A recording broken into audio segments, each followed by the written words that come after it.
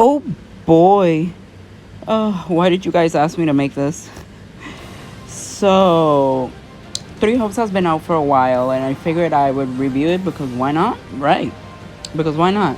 And apparently, you guys really wanted to hear my opinions because I've been like teasing the fact that like I have a few issues with this game, but few is few. Like in actuality, I actually like the game, but let's not get ahead of ourselves and let's actually like review the game.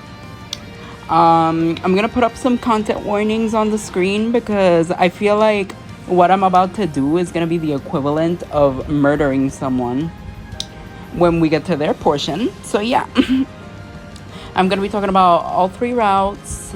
I'm gonna be talking about the pros and cons of each route, like what they do right and what they don't do right. I actually have a script, y'all. I actually have a script, so I'll be going off of that. But it's not a very good script. I think I'll just screenshot it and put it on screen so you guys see like what the fuck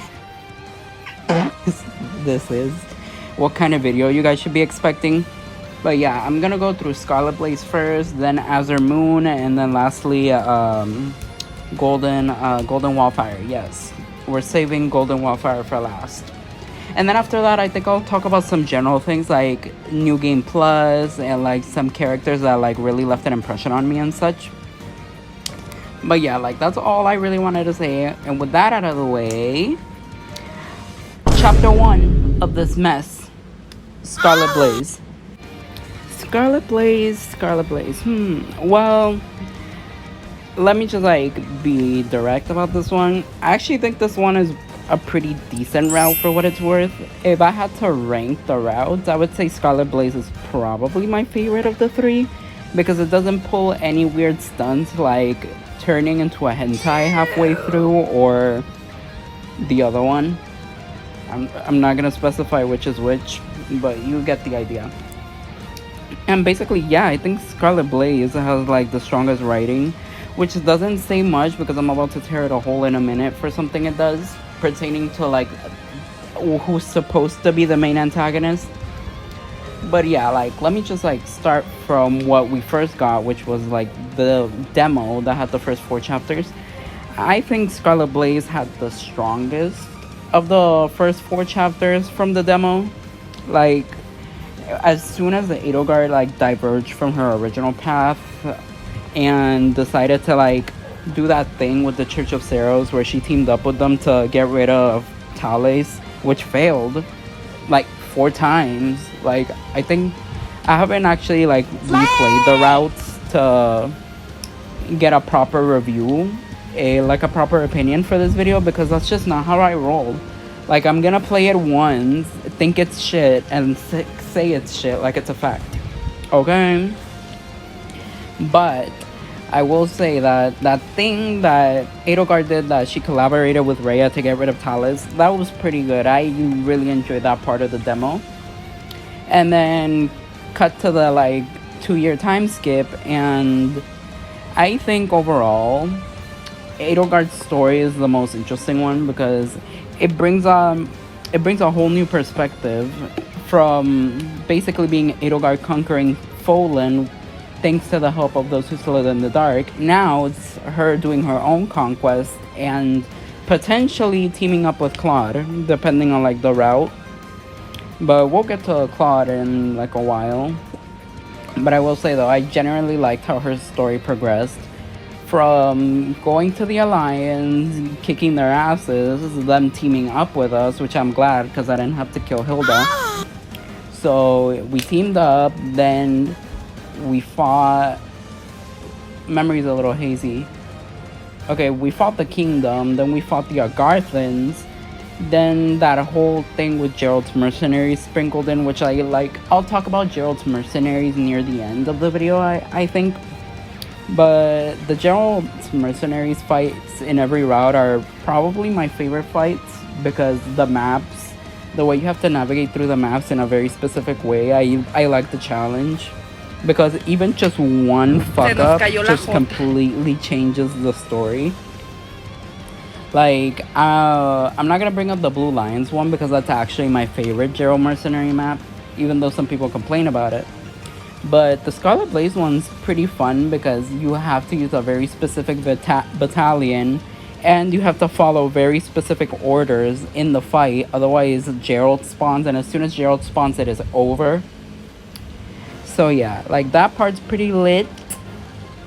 The characters in Scarlet Blaze, I will say, they are way more likable than in Crimson Flower, which is like something I should be doing. I should be comparing it directly to Crimson Flower.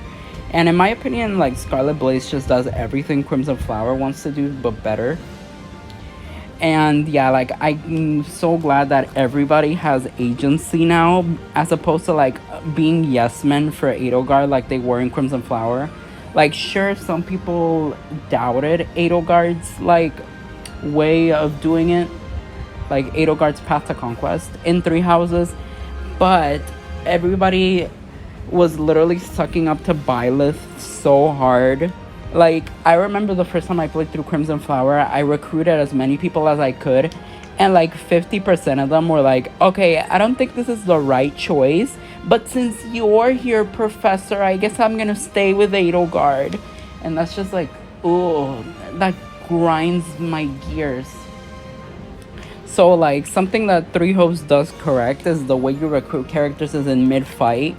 And it's a pretty like damn good way that they do it. They're basically like, okay, you join us or you die. And people are like, well, I don't want to die, so I guess I'll join you. And that's like awesome.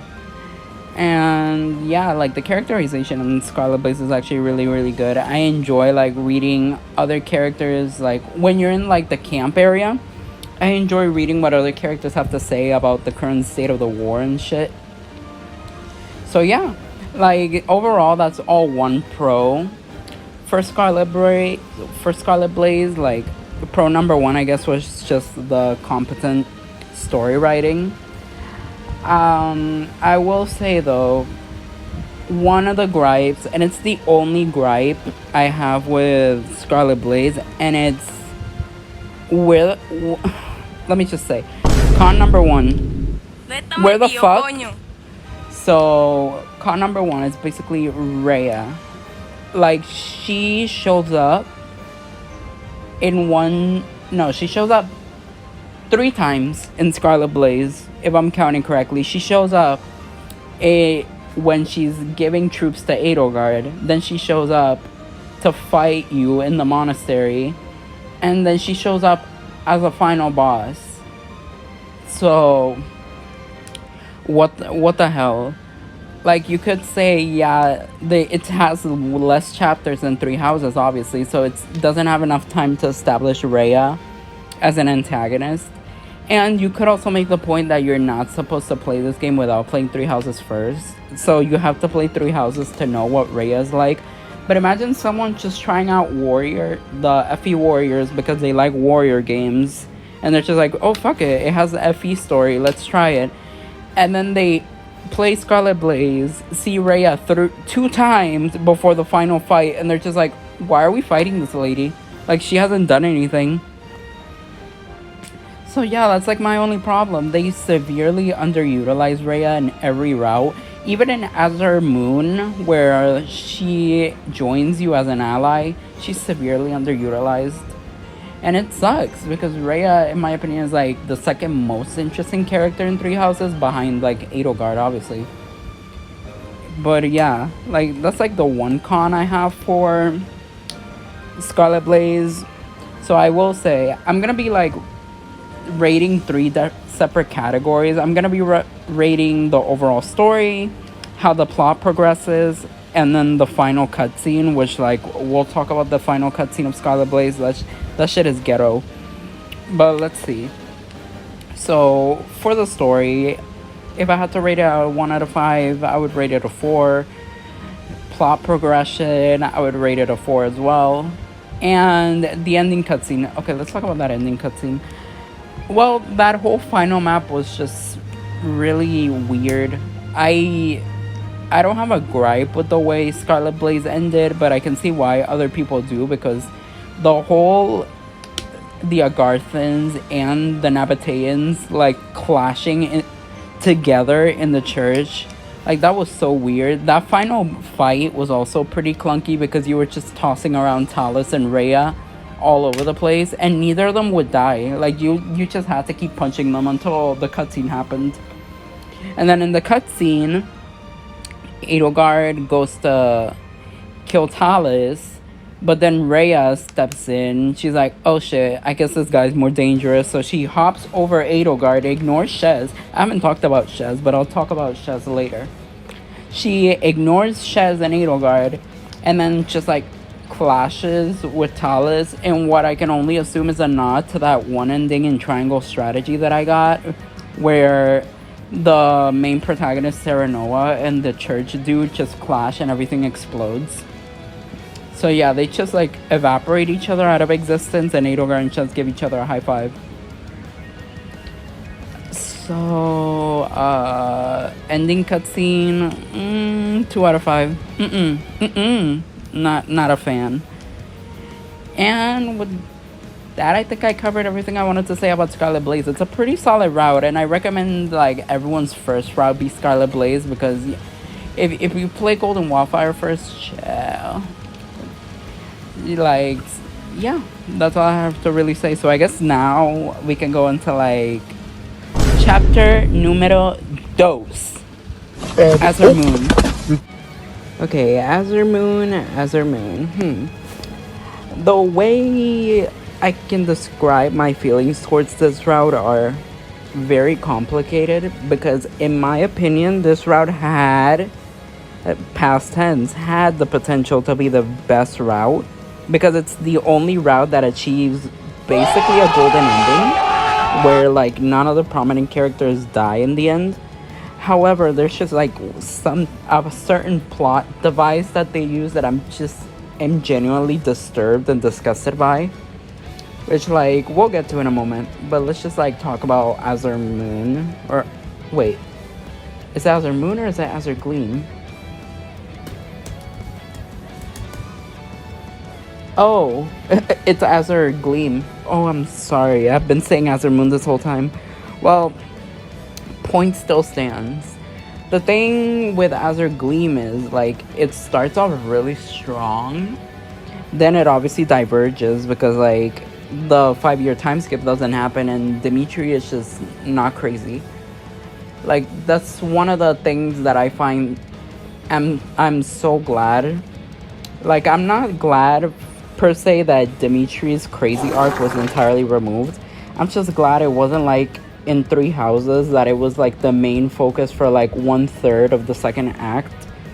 Because like, I'll be blunt, Azure Moon, the 3 Houses route is and was still my least favorite route, just because it kind of took away the focus of the big war that's happening to focus solely on Dimitri and his shenanigans, which like is fine. Like, character driven stories are fine, but when you have like a war happening, I would like to know what everyone's up to, what everyone's motivations are, which is something like what Verdant Wind and Silver Snow and even Crimson Flower do. Like, they show what everyone else is up to while you're like progressing through a story. But I don't think we ever see anything that Edelgard does in Azure Moon, so that's why I like don't like it as much. It's basically the same problem I have with Scarlet Blaze and Rhea. Like, we see Edelgard is succeeding in her conquest, but we never see like how Rhea's like responding to all of it, which like sucks. But yeah, like, I'm so glad we got rid of that, and like we can focus on like the bigger picture at hand with like Dimitri, Rhea, and even Claude to some extent teaming up together to take down Edelgard, which like we'll get to that part. And right now, let's talk about the thing they did with Edelgard. Like, that's literally my one complaint with this route, and it just completely like makes it so that I can't say it's my favorite. And it's everything they did to Edelgard in this route, because it's vile. Like, she gets forcefully turned into the Hagemon Husk. I don't know if there's a hentai tag for that, for like forced transformation, but that happens. Then she gets brainwashed, which hentai tag. Then she gets mind broken, hentai tag. Then she gets manipulated hentai tag. Then she gets near at the very end, her mental age regresses, another hentai tag. Like, it's just awful and disgusting. Like, when she said D question mark, like dick. No, I'm kidding. When she said D at the end at Dimitri, I just rolled my eyes and had to pause because I was like, wow, we're seriously doing this. And then it just, if you recruit Gerald's mercenaries and you do the Arval chapter, she's just completely fine in Zahara's, which I'm guessing that's just where she lives now. Her soul is just trapped in Zahara's, because you kill Talus, and Arval is gone, so there's literally no way to restore Edelgard. So she's just kind of stuck mentally as a child now, and she's probably still going to be held accountable for her actions and still going to be executed as a child, which is terrible. But hey, they had to try to make the story interesting, quote unquote, somehow, by making like the most generic villain story with Duke Ire, who is literally my most disliked character from this universe, period. Disgusting! Like, I literally can't stand Duke Ire. He's so obnoxious. But other than that, everything else in the route is pretty good. I like the story beats with like Dimitri, Felix, and the duo. I really like how they handled Ingrid in this game, which like is another point I'm gonna give to Azure Gleam. Like pro number 2, I guess, in this case, it's Ingrid, because she is like so cool in this game. Like in the duo Felix and Ingrid paralogue, I really like how like open to accepting Dusker people she is. And even in like some like explorations that you do in the camp, you can see her talking to Dusker people and getting to know them better. And there's even like this one dialogue that I have a picture of, I'll just put it up here, where Ingrid is training a Dusker girl in lances, and she's like happy to do it. Like, she's not doing it because she was told to, she just wanted to help this Dusker lady, which is like so nice. And the last thing I want to talk about from Azure Gleam that I enjoyed was that everyone's gay, and that's like a sin, but I really enjoyed it. Like, I like sin because I'm a son of the devil. Look how she ate that.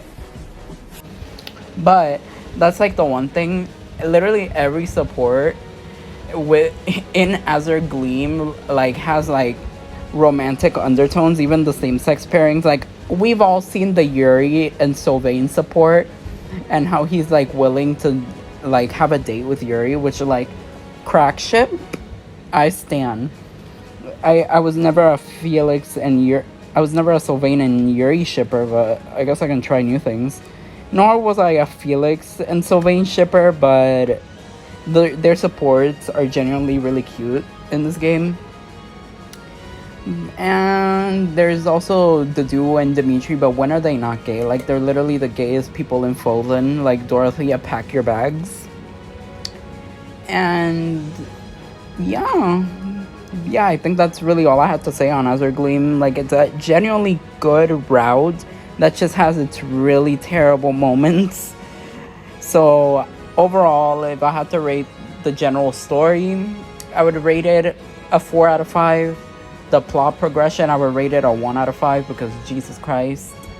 And the ending cutscene, 4 out of 5 just because of D. Actually, you know what? 2 out of 5. I'm gonna deduct a point per syllable that Edelgard said. So, yeah, like, they have probably the best ending cutscene, so I'll be generous and give it a 3 out of 5. Actually, a 4 out of 5. Fuck it. And oh boy, you may be wondering, this video is going by really fast. Well, I've been mentally training for this moment, and you guys should be ready to. Volume warning, because this is about to get really opinionated, and you guys like seriously need to tune in because I'm about to drag this idiot Chapter 3, Golden Wildfire. Ugh. Well, this is another take because I had a headache after my original take, so I'm redoing it. But I don't even know where to begin. Like, I almost want to talk about the entire route as a whole and point out why it just doesn't work. But I also just wanted you guys to know that this is not speculation. This is probably what really happened. I don't think the developers care about Claude. That's just the sad reality. I don't think they give a single fuck about this man. Because in 2 games, he somehow manages to copy Black Eagle routes in both games. Like, first it was him copying Silver Snow, which, like, some people call Silver Snow Golden Deer without Claude, knowing very well the fact that Silver Snow was the first route made for Three Houses. And then we have this, which, like, Golden Wildfire is just Scarlet Blaze through Claude's eyes, which already, like, red flag. And yeah, we know Scarlet Blaze was made first, like, that's obvious. So let's just, like, begin with the problems of this absolute dumpster fire. So let's begin with the first problem I can think of, and it's the whole Shahid thing. I'm just gonna come right out and say it. If you're gonna have a story, include Almiran segments and have an Almiran lord with an Almiran background. Why the fuck is your story not about Almira? She's got a point. Like, seriously. Like, we still, to this day, we still know that Claude is Almiran royalty, but we never got to, like, have a paralogue or a story or anything set in Almira. And it's just so dull. Like, the first fight with Shahid in the demo, I actually thought was very hype because I was like, oh shit, we're gonna get, like, an Almiran focused story finally. No, we did not, and we instead got the mess we got today. So Shahid is, like, one of my first problems because at the start of Golden Wildfire's campaign, like, starting from the Black Eagle, not the Black Eagles, the time skip, like, starting the time skip from Golden Wildfire was actually, like, pretty interesting. I liked that we were on the losing side, and it actually showed the fact that we still, like, little to no chance. Like, my favorite chapter from Golden Wildfire is still probably the Great Bridge of Murden chapter, where we were forced to retreat. Like, there was literally nothing we could do, because that was just so interesting in concept. I don't think there's ever been an FE map where you win but still lose. And yeah, like, that chapter was really fun. It's everything that comes after. Like, let me just start. First of all, there's that thing with Ferdinand and Bernadetta getting trapped within the Alliance. Like, we saw that in Scarlet Blaze when they trapped Count Burgleys in the Alliance. That goes nowhere. Literally, we don't hear from Bernadetta or Ferdinand ever again. Ferdinand especially, we, like, barely see him. Bernadetta at least can get recruited. But still, like, my point is that goes nowhere. Then Shahid comes back. Shahid gets clapped unceremoniously, and he somehow didn't recognize his brother the whole time. He was like, huh, you look and sound like my brother. You know what I think? I think you're actually my brother. And then Claude just shoots him goodbye. Sure, Claude feels some emotion and some guilt on that scene. Like, that's the good character development. Like, the one good character arc Claude goes through in this game. It's the other one that's, like, really bad. It's the callous Claude, the calculated Claude in quotations, that's just, like, really forced and really stupid. Which, like, let me fight some of y'all right now. Some people are gonna argue, oh, Claude was always super calculating and callous. The game just never showed it and portrayed him as a super good guy. Yes, but at least he was, like, tolerable. Like, that thing with Randolph could have been executed way better, because in my opinion, there was literally no reason for Randolph to die in the way he did. Like, there should have been a thing where, like, Catherine was approaching Randolph, but we could have the potential to save him or leave him kind of like Count Varley in the end game of Scarlet Blaze, where you can like leave him to die or save him. And yeah, I just feel like that whole thing could have been done better, because you're literally just forced to let Randolph die. You have no way to get to him in time. And then everyone's just like, oh my god, Claude, I can't believe you would do that. Which, like, yeah, I agree. It's literally so stupid and contrived. But it just shows that Claude will do literally whatever it takes to keep the Alliance in order, or like to profit his own like campaign, because what he was trying to do was basically kill off the Empire's strongest generals while pretending he's still on good terms with the Empire, even though he knows full well he's willing to backstab them. Which, if you think that's interesting, go ahead. You can think that's interesting, but it's really not. And yeah, like, that just goes nowhere. Then literally everything goes to shit as soon as he sides with the Empire. Like, as soon as him and Edelgard shake hands, your route basically turns into Scarlet Blaze without Edelgard, because it's literally the same exact missions, except Claude wants to kill Rhea. Which, let me just like start. So I watched this video going into Three Hopes and Golden Wildfire specifically, on what the things that it could have done better. And like, I'm just gonna like say one of the points that they mentioned, which was that in Three Houses, Claude was like super keen on learning the truth about Fodlan, way more than the other two characters, because like Edelgard is just doing her own thing. Like, she's just plotting a war in the background, and Dimitri's going insane. But Claude is like the only one trying to get to like the nitty gritty of everything in Fodlan. But Golden Wildfire literally just has him throw all of that out the window in favor of just wanting to kill Rhea, because like, I know Claude is not super fond of Rhea, but even he would know that killing is not necessarily the only way. Like, you could literally just banish her to another continent or something. Like I know Claude, and I know that he wouldn't needlessly murder someone, especially if you played Verdant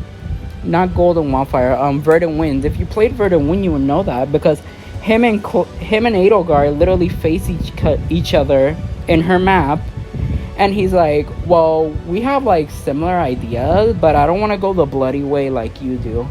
But this game literally just like flips Edelgard and Claude's roles, and they even acknowledge it in the Arval like map. They even acknowledge it when Edelgard's like talking to Claude, and Claude is like, wow, so like we should like totally kill Rhea. And Edelgard's like, what's wrong with you? What is wrong with you, dude? I just want to like banish her or something. And he's like, oh really? I thought you would be like more violent than that. Stupid idiot, stupid moron, Jesus.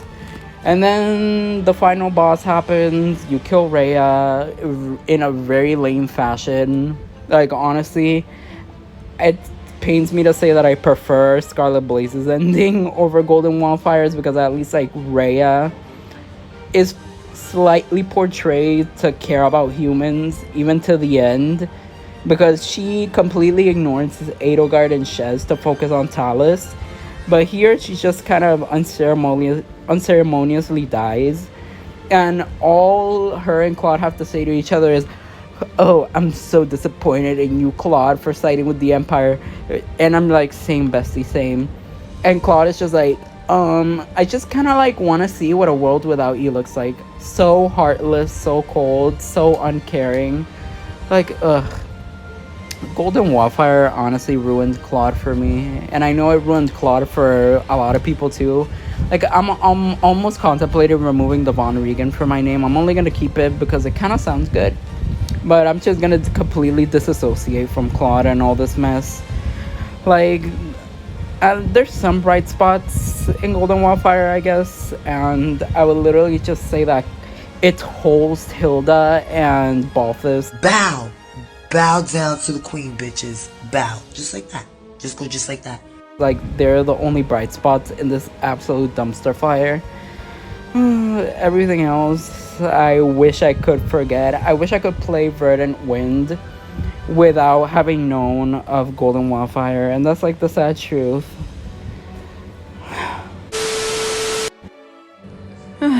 Well, okay, now that that's done, let me just like give an overall synopsis on the game. So, the game's not bad, but it's also not really that good. I'm gonna be honest, I've played so far every route once, and I think I'm good. I don't think I really want to play this game ever again. Sure, the gameplay is like fun and whatever, like I love warrior style games usually, but I'm gonna be honest, I think I see myself playing the original Warriors game more than this one, and I don't know why. I guess I'm just really not that engaged with this one. Like I stated before, Scarlet Blaze is probably like the best route overall, considering the pros and the cons. Azure Gleam is alright, like it has its strong points, but it also has like its very terrible middle section. Like, it has a good start, terrible middle, and good finish. So it's like a 50-50 with that one. And then there's Golden Wildfire, which is just an absolute mess. And I don't want to talk about it anymore, honestly, because it's like one of those things that gives you trauma and you honestly really want to forget that it ever happened. So now what I want to do is I want to talk about some like general pros of the game that have like nothing to do with the story. It's just things I personally enjoyed. But before that, I want to talk about like not a good, not a bad thing, just something that's there, and that's New Game Plus. Okay, so let's talk about the pros now. Look, I'm really sorry, New Game Plus is just very whatever in this game. Like, the only thing you get out of it is some relics, some Agarthan weapons, and 4 characters that, out of the 4, only Rhea has a unique playstyle, which is fine by me. Like, thank God Rhea's in the game, period, and thank God you can use her. I'm a Rhea main. But other than that, the New Game Plus doesn't really offer anything, so I'm just gonna leave it in like a limbo. And now for some like general pros of the game that like have nothing to do with the story. And the first one I want to talk about is the Ashen Demon herself, Byleth. Like, I think personally Byleth was actually handled really, really well in this game. I've seen the bad ending scenarios where like Byleth kills someone from your faction if you kill Gerald, which is like funny. It's so camp, but it's really, really handled well. Like, Byleth was given, I don't want to say she was given a personality, because she had a personality in 3 houses. It's just it was all locked behind text boxes. But she, I don't know how to put it into words, but I think like giving her a voice was definitely a step in the right direction, because scenes like that scene where she's woken up by Gerald and she's like very concerned about her appearance, like that scene's really well done. And then like every other scene where Gerald dies potentially are really well done.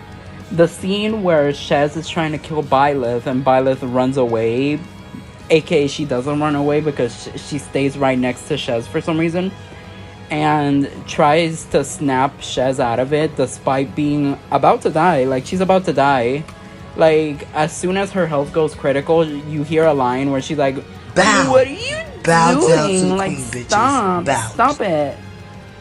So yeah, I'm really glad with the direction they took with her. And honestly, Byleth and Shez are like a very interesting dynamic that I would talk about in like a separate video. But yeah, that's like what I really wanted to say. Also, can we talk about that Gerald and Byleth support? Absolutely, in my opinion, the best support from the Foland saga, in my opinion, which doesn't say much considering a lot of 3 houses supports were 1, shit, 2, very weird considering the like teacher-student dynamic, Or 3, they were just like very unfunny. Like, I'm sorry, Three Houses supports are very unfunny. But the Three Hopes ones did step up a notch. And I think the Byleth and Shez one is like a really good example of that. And the Byleth and Gerald one, because God, what Fire Emblem severely lacks is parent and child dynamics in support conversations. Because sure, you could argue you have that in Awakening and Fates, but those are terrible.